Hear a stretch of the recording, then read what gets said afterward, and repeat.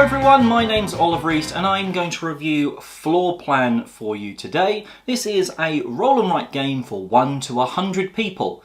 Let's see how the game plays and then I'll give you my thoughts and opinions on it. To set up Floor Plan, we are going to do a few things just to get the sheet started and also to pick our scoring objectives. From the deck, you're going to pull out a build, design and layout clients.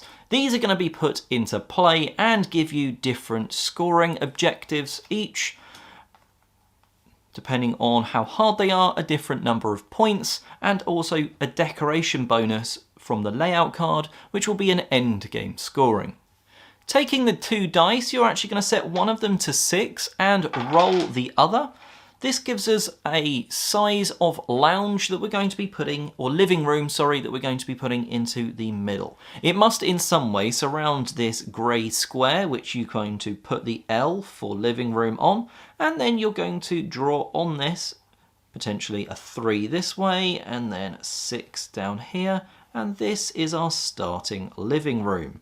It's got no furnishings, it's got no doors or windows or other rooms, but this is at least the start of our house. The final part of this setup is you must name your architect because, well, you've got to do that. It's an important part of the game.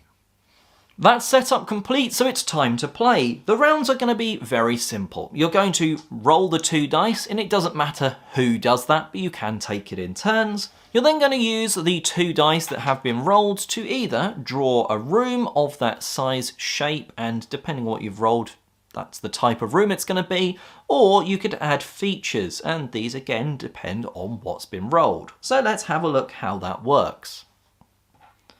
So we roll the dice. We've got a 2 and a 1.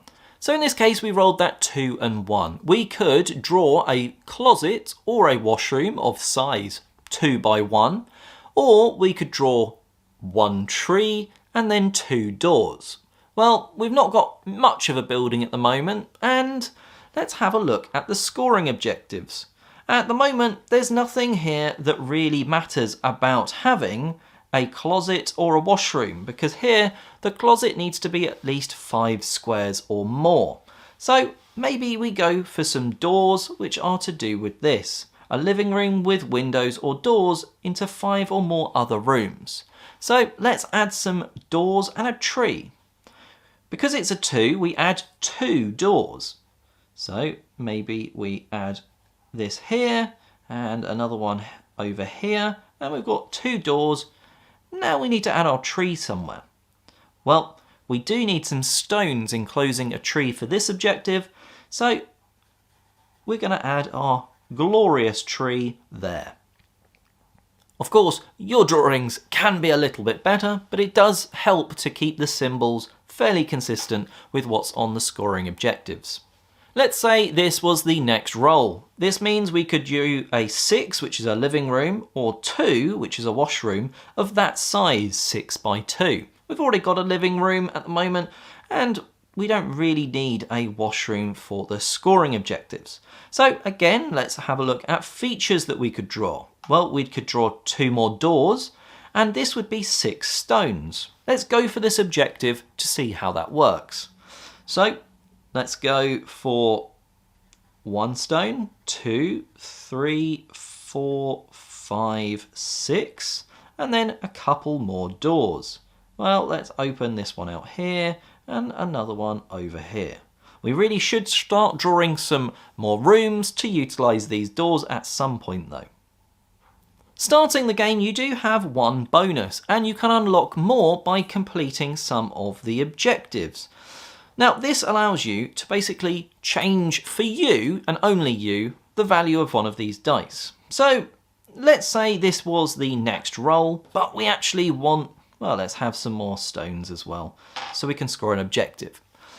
We've got some stones, so we can start putting those in, and 3, 4, 5, 6. But we want to finish that objective this round, which is a tree completely surrounded by stones. So let's cross off this bonus, and effectively, this is just for us, we wouldn't really manipulate the dice. We can then draw 6 more stones. 1, 2, 3, 4, and we'll just put these over here. You must be able to draw all of them to be able to do it. So we've now done this objective. We can then write it on any of these yellow post-it notes at the bottom, scoring the 9 points. So let's have a look at that. Depending on which yellow note you actually write the points on, you're going to get a bonus. These 2 yellow ones here are the same thing that you've just seen, of changing any dice to any number that you want once. So when you've done it, you'd cross it off. These 2 here allow you to double the number of features you're drawing. Maybe you've rolled that 1 and you're drawing 1 tree, but maybe you want 2 trees for whatever reason, probably an objective. Well, that's what's going to allow you to do that. This last one here allows you to draw 2 rooms using that dice. So for instance, if you'd rolled a 3 and a 4, you could draw a 3x4 bedroom. You could draw a second 3x4 bedroom by doing this, or you could also change that and do a 3x4 kitchen for that second lot, for that second room. The last one here allows you to add just 2 doors at some point when you activate that power. Very helpful, for instance, for the decorator bonus when you know where your rooms are going to be. Let's actually add a room, and let's say I have taken this one so we can draw 2 rooms at once. Let's roll the dice and see what we get. A 2 and a 4, so we could draw a washroom or a kitchen. Well, actually we don't really need those, but let's pretend we need a kitchen, so we can draw a 2x4 kitchen in. And in some area of this you need to write what it is. So this is a kitchen. That cannot have a feature on it later in the game. And then we've done that, but we're going to activate this power to draw, just so you can see another power. And we're going to do a 2x4 washroom. Well, let's put that off here. This is quite a nice bathroom. Hopefully at some point we can add some features in there and pretend they're a jacuzzi. The trick here is that while there's 5 ways to score points, you can do each of them multiple times. So if I manage to do this objective again, I would score again the 9 points and put it on a different post-it note at the bottom. The game ends when one player has done 6. They get a bonus, which is reminded in very small print here, of 3 bonus points. All other players get 1 extra turn to try and get that last scoring objective. Maybe they do, maybe they don't. At that point, you add up the points from the post-it notes that you've done. You then look at the bonus for the decoration. So for instance, this one here is earn 1 point for each room with 1 or more furnishings and a door to the outside. Well, let's pretend we'd drawn a furnishing in here. Well, we could say, yes, it's got a door to the outside, it's got a furnishing in, therefore it would be a bonus 1 point, and we'd work out how many points we have in total. For scoring things multiple times, you are allowed to reuse some of the features. So for instance, we could do this and have down here a load of these stones and a tree in the middle. You'd have to have done the tree first, otherwise it would become a swimming pool, which is quite interesting. But say we have that like that, we can reuse these stones for that second objective. Some objectives will need things like line of sight, so if it might be a window that can see something. Now this is able to see this tree surrounded by stones, or maybe a swimming pool that's directly in front of it. But obviously if you had a room that was here, it could no longer see them. And well, that's how you play floor plan. You roll the dice, you either use them to build a room depending on what's rolled, draw features depending on what's rolled, and then see if anyone's managed to get 6 of the objectives scored. At that point the game ends, and hopefully one winner has drawn a glorious house. So what do I think of the game? Let's touch first on the production quality. Straight away I noted one negative, and that is that the sheets that are provided are not double-sided. And there seems to be no logical reason why they didn't have to be. It's never that you're pressing really hard on a page or something like that. So that limits the game. The other components in the box, there's dice and cards. There's not much components going on. The dice are perfectly good to roll. The cards are of good size. They've each got 2 objectives on, and they've got like a character, the client that you're supposed to be meeting the needs of. Personally, I didn't have an issue with the font size that's used on some of the cards and on that pad, even the small tiny reminder to sort of the first person to end gets a bonus 3 points, but that font is very small, but overall it's okay. It gets the job done, and is the game therefore worth playing? Well, 20 minutes is what it says on the box, and actually you are going to be creating someone's dream house, the client's in this case, their dream house in that 20 minutes. So it's a very fast, quick roll and write where you do get to trigger some abilities and things along the way. Having a deck of cards, 3 sort of separate stacks for the different objectives, I really did like that part. That is one part I will commend here, because it does mean every game feels different. It does mean some rooms, some room types are completely avoided and kind of useless to everyone in a particular game. If there's not an objective that needs sort of a living room that's looking over a pool, well, you've got one in the centre, you're probably not going to draw another one for the rest of the game, unless you really have to, because it's not going to get you points. Sometimes though, the objectives are all about furnishing rooms and having doors in and out, so you want as many rooms regardless of what they are. And those scoring objectives do make each sort of game feel different, and you'll draw very different things. A couple of those scoring cards did leave us questioning. We just had to agree round the table with the other players, right, how exactly is that? Can you see over the stones? It does seem to say in the rulebook, show the example that you can, and different things like that. There was a couple of times we just sort of agreed as a group, this is how we're going to sort of learn and use that objective. But like I say, the variety in there because of those is well worth it. And there's also a Tom and Z promo card that you can get for the game to add them into it as clients, which is a little bit of fun. As I touched on briefly, you do get some of those cool powers to slightly manipulate things as you score objectives. The issue with this is there's almost a runaway leader because of that. And it means if someone scored an objective already before you, they've got an additional power. Maybe the next dice roll is pretty bad for all people, but they've taken the option to change one of those another wild. They've already got that ability that you don't have. Maybe the perfect dice roll happens on the next turn to get the stones that you need to make the pool or to surround a tree for another objective. They've got the doubler. That means because they've scored an objective, they put it on that post-it note. They've got the option to double up the number of decorations they draw. They're pulling further ahead. And it does feel like if you get behind in this game, you've kind of lost, certainly at 2 players.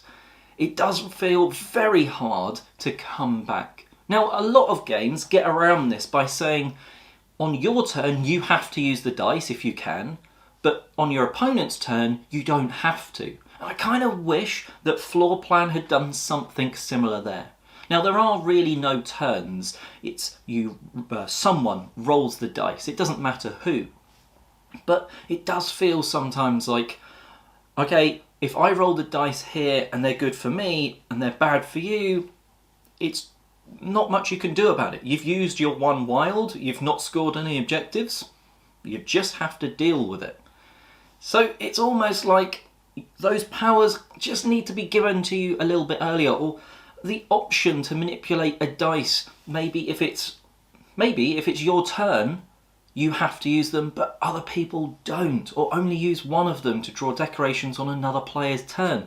Something like that would have just given players a chance to choose when and when not to use the dice, and you could have scored bigger, but the game would have gone on longer. So I can see why they didn't go for that. It just is a shame that it does just feel like you are at the mercy of the dice constantly to create something that isn't a house. That right there is my biggest problem with the game. It's someone else's dream house. First of all, you are creating houses for the clients, for their needs. It makes sense because you're trying to score the points that the objectives they're offering you. And you couldn't really do it if it's your dream home, I get that. But the houses that you actually create, sometimes they don't have any doors to the outside. Sometimes they've just got windows. Effectively, you've drawn a greenhouse. Sometimes you never need every type of room. So some houses don't have a washroom, bathroom. Some don't have a kitchen. They all have a lounge, living room, but you know, it doesn't feel like you're creating a house. And that's where the game does start to fall apart. That on your turn, you're rolling the dice and having to deal with what they give you. It could be the world's longest and skinniest bedroom next to an absolutely massive bathroom, but that's just what the dice have allowed you to draw. And it all sort of does come back to the fact that you're supposed to be creating a floor plan for this house. It rarely feels like you're making a house. It just feels like you're drawing rooms and trying to score some points, regardless of if it's a home or house or not. So overall, it's a quick roll and write that has some variety in it from those scoring objectives. It suggests on the box that it's not that lucky. I've found from winning and from losing this game, actually the dice can really affect things. If one person is just screwed over by it, maybe they get behind, it's going to be really hard for them to catch up because the next player has already got one of those very useful and very fun to use mitigation or special powers of I'm going to draw twice this turn, or I'm going to ignore one of the dice values and use it as a 6 or something. So the luck is there. There's not, in my opinion, enough to mitigate it and get around it. There just needed to be something to avoid having to draw bad rooms, just flood the sort of side with stones or whatever when you didn't need them, because that feels like a really lackluster turn. And you are drawing a floor plan, but it's not of a livable house 9 times out of 10. There's one objective that would mean you need doors to the outside. The rest of the time, you might as well forget about drawing doors to the outside and just connect the rooms nicely. But there we have it. That is Floor Plan. It's just not the sort of excitement from building a house that I thought it could be. It doesn't have a Sims sort of funness of drawing a house, and it just seemed to be a little bit lackluster to me. And that's why it's playable, it's got some variety in there, but it won't be hitting the table anytime soon, so I'll give it a 5.5 out of 10. Anyway, that's Floor Plan. Please do check out other reviews and such on the Dice Tower. Until next time, have a great day gaming.